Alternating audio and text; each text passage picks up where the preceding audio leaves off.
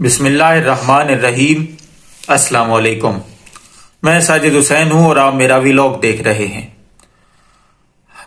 بالآخر آج پنجاب اسمبلی کے اندر اس کا جو ہے وہ جو آپ نئی وزیر اعلیٰ صاحبہ ہیں مریم نواز صاحبہ، ان کا آج وہ رونمائی کہہ سکتے ہیں آپ اس کو، کیونکہ اس کو ملک چلانا تو آتا نہیں، سوائے انتقام کے اس کو کچھ آتا ہی نہیں۔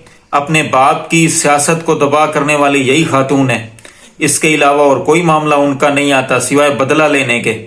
آج ان کا جو ہے وہ آیا ہے، حاضری ہوئی پنجاب اسمبلی کے اندر، پنجاب اسمبلی کے اندر جو اجلاس ہوا، بلکہ میرا خیال ہے ابھی بھی جاری ہوگا شاید۔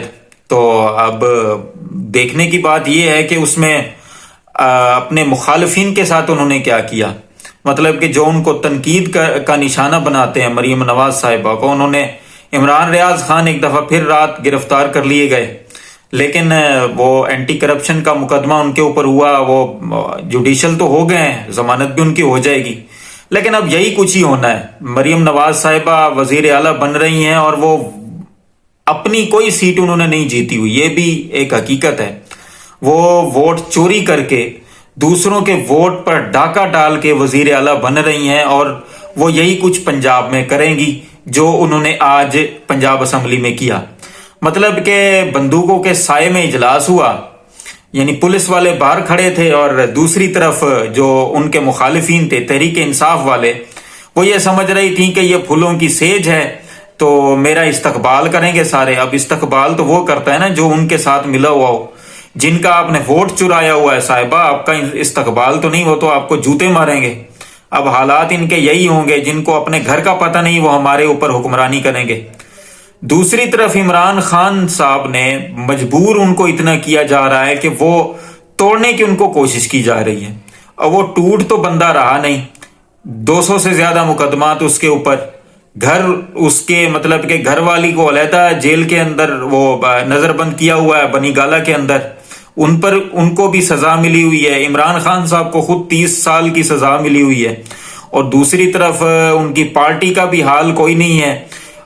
180 سیٹیں انہوں نے پاکستان میں 8 فروری کو الیکشن ہوا اس کے نتیجے میں جیتی، ان کو جو ہے وہ ان کا ووٹ چوری کر کے کسی اور کی جھولی میں ڈال کر دیا جا رہا ہے، لیکن اس کے باوجود وہ بندہ نہیں ٹوٹا۔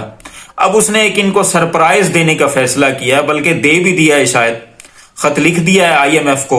آئی ایم ایف جس سے ہم پیسے لیتے ہیں، ہمارا ان کے بغیر گزارا نہیں ہے، انہوں نے یہ لکھنے کی بات کی ہے کہ ہم آپ کو یہ بتا رہے ہیں، یعنی کہ انہوں نے آئی ایم ایف کو لکھنا ہے کہ آپ اس حکومت کو جو کہ ہمارا مینڈیٹ چوری کر کے بنائی جا رہی ہے، آپ ان کو پیسے نہ دیں۔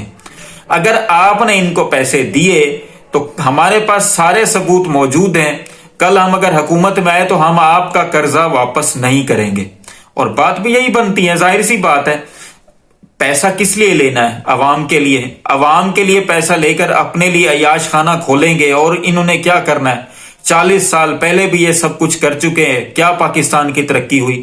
کیا جو ہے وہ ان کے اندر انہوں نے سوائے سڑکیں بنانے کے کچھ اور تو کیا نہیں ہے۔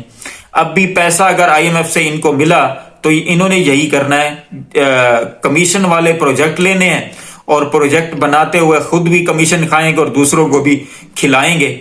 لیکن انہوں نے تحریک انصاف نے یہ فیصلہ کیا ہے کہ ہم آئی ایم ایف کو یہ متنبع کرنے کی بات کریں گے کہ اب آپ نے اگر ان کو پیسے دیے، قرضہ دیا، تو ہم اس قرضے کے میں اپنا حصہ نہیں ڈالیں گے، ہم آپ کو یہ قرض واپس نہیں کریں گے، کیونکہ آلموسٹ اگر آپ 6 مہینے 7 مہینے تک جو مرضی کر لیں، حکومت تو جن کی ہے انہی کی ہوگی۔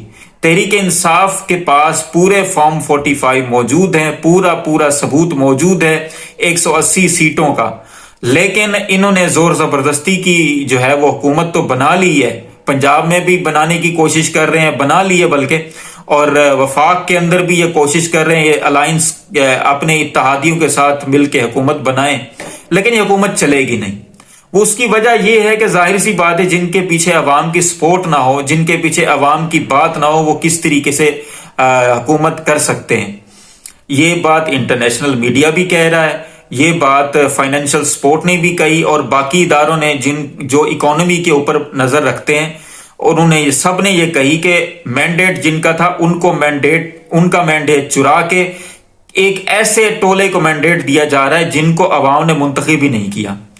لیکن حالات اور واقعات اللہ خیر کرے، اب گرفتاریوں کا سیزن بھی ہوگا، اب جو ہے وہ قاضی فائز عیسیٰ صاحب بھی پوری ان کی سپورٹ کر رہے ہیں جو پاکستان کے چیف جسٹس ہیں، بدقسمتی سے ہی کہوں گا کیونکہ انصاف تو ان سے ہوگا نہیں، اپنے مخالفین کو دبانے کا ان کا بھی وہی جو ہے وہ سٹانس ہے جو مریم نواز صاحبہ کا ہے۔ مریم نواز صاحبہ اب آپ دیکھیں گے جتنی دیر وزیر اعلیٰ رہیں گی، جس طرح آپ کو یاد ہوگا 2022 کے اندر جب رجیم چینج آپریشن ہوا تھا، زور زبردستی وزیر اعلیٰ بنایا گیا تھا حمزہ شہباز شریف کو، اور حمزہ شہباز نے آنے کے بعد کیا کیا؟ اپنے مخالفین کو دبایا، 25 مئی ہوا اور بڑے بندے جو ہے وہ گرفتار بھی کروائے اور ان کے ساتھ ظلم و تشدد بھی روا رکھا۔ جو اصل کام کرنے کا تھا پنجاب کے اندر وہ تو کیا نہیں۔ اب یہی کام مریم نواز صاحبہ کریں گی۔ مریم نواز صاحبہ کو تو آپ یہ دیکھیں کہ جب انہوں نے کالج میں داخلہ لینے کی کوشش کی تو ان کا میرٹ ہی نہیں بنتا تھا۔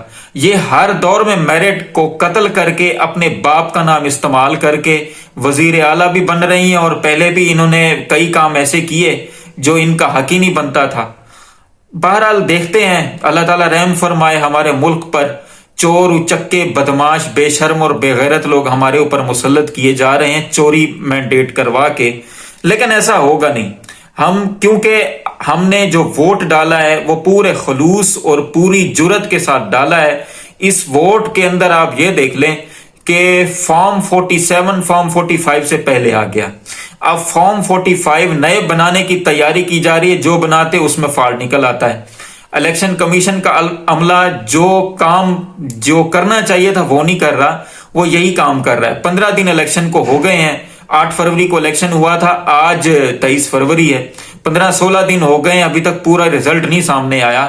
حالانکہ ظاہری سی بات ہے وہ جو رزلٹ ان کو 2 دنوں میں دینا چاہیے تھا، 1 ہفتے سے زیادہ ہو گیا، بلکہ 2 ہفتے ہو گئے، تو وہ رزلٹ نہیں دے سکے۔